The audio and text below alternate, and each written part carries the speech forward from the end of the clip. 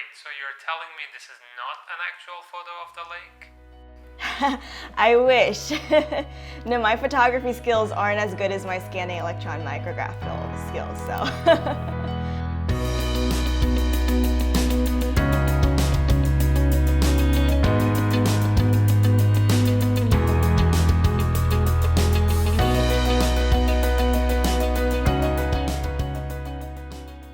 I'm originally from Southern California. I did my undergrad at UC Berkeley in chemical engineering and material science and engineering, and now I'm here at Northwestern University as a PhD student in the material science and engineering department. I work with Professor Mark Hersum on 2D material electronics, and particularly looking at developing inks for printed electronics. Well, Sonal, thank you very much for taking the time to speak with me. Sunrise on Lake Michigan was recognized in our 2019 Nuance Photo Contest. And I like it a lot. It's a very pretty photo. What is this an image of, and how did you create it? Right, so the photo I took, the photo itself is a graphene nanosheet film that I deposited using aerosol jet printing, and then I took a scanning electron micrograph image of that structure. And so it's really cool because you can actually see the individual nanosheets kind of outlined. The jagged edges of at the top of the waves, you might say, are just the little nanosheets just poking out the top of where I've made that cut. And so the background then, or the sky, is just the empty space off the edge of my sample. It's just like a sunrise gradient that I created in Photoshop. This is a beautiful photo, and there's certainly a lot to unpack here. Let's start with the size of the sample that you've captured in this photo. So each of those nanosheets you can see are about 100 to 200 nanometers long, their longest dimension. The thickness of one of those nanosheets is approaching the thickness of a single carbon atom. They're not necessarily one layer of carbon atoms, but they may be like 2, 3, 4, 5 layers of carbon atoms. And they still have extremely good electrical properties and definitely good enough to make biosensors. I want to learn about aerosol printing, but since you brought up biosensors, why don't we start there? What kind of technology does your photo relate to? And what are the applications of your research? So we've shown a few different things. The first application that we showed was using these sensors to detect immune system proteins that, if elevated, can be an indicator that you have some sort of disease. We started with a test case that wasn't humans. Actually, we used cattle, and we were detecting the cytokines interleukin-10 and interferon gamma.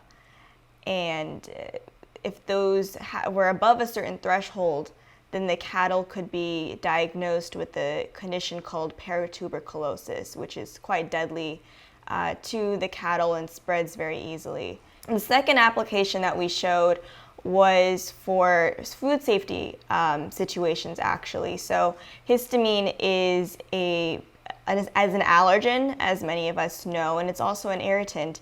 And when food goes bad, histamine is naturally produced, especially by meat products. And so what we did is we looked at fish spoilage and observed whether we could detect elevated levels of histamine in rotted fish, and that would be kind of used as an indicator, perhaps even when you go to the supermarket, to be able to tell that this fish is of good quality or not, so that you don't eat it and get sick.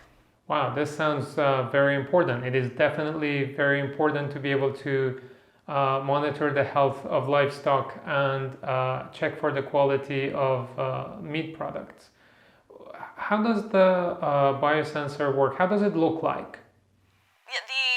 We're still thinking about the form factor, how the final product would look like.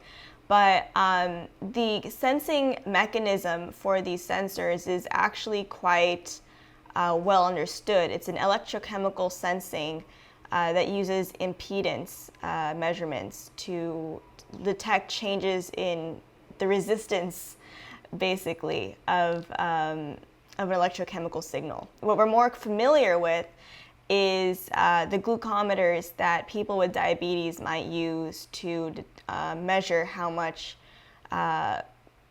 measure their blood sugar levels. And so those glucometers use a similar sensing mechanism as we might for these biosensors. Yes, I'm familiar with glucometers. Thank you for that explanation. Before we move on, can you tell me a little more about aerosol printing and how you create the biosensors? Yes. So aerosol jet printing is actually quite similar to airbrushing.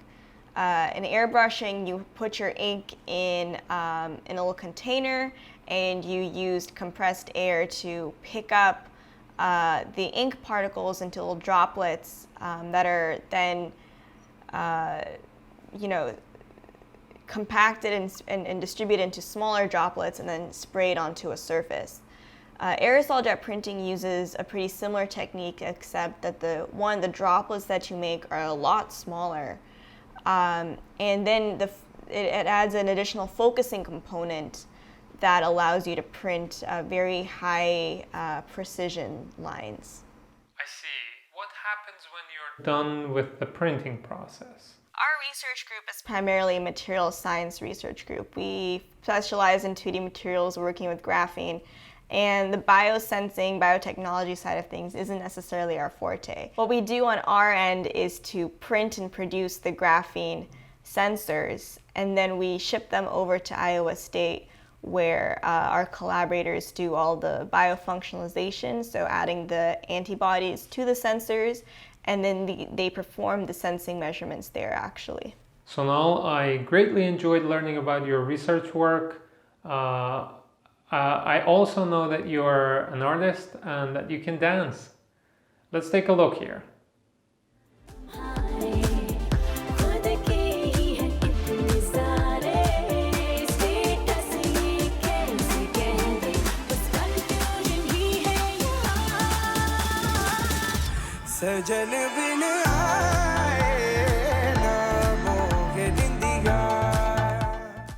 So I've been dancing longer than I've been doing science. I grew up watching a lot of Bollywood movies, more than my parents really, and I fell in love with the style of dance, the amount of expression and emotion that comes with that art form, and the sort of storytelling that you can do through dance. Oh, that was a great performance.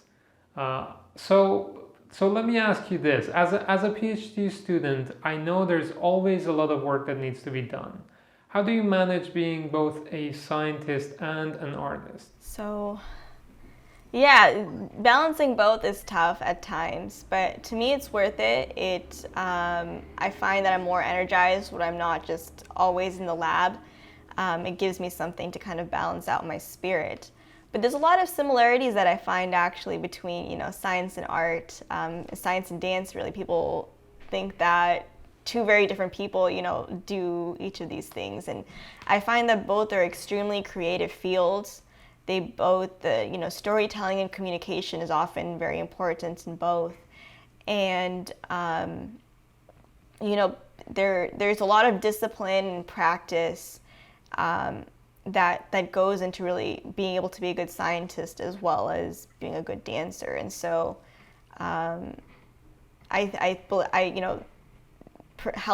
growing in one field really helps me grow in the other. Well, thank you very much for telling me about your work on science and on art. Sunrise on Lake Michigan, there's certainly a lot more in that photo than meets the eye. Sonal, thank you. Yeah, thank you so much for having me. It was great chatting with you this morning.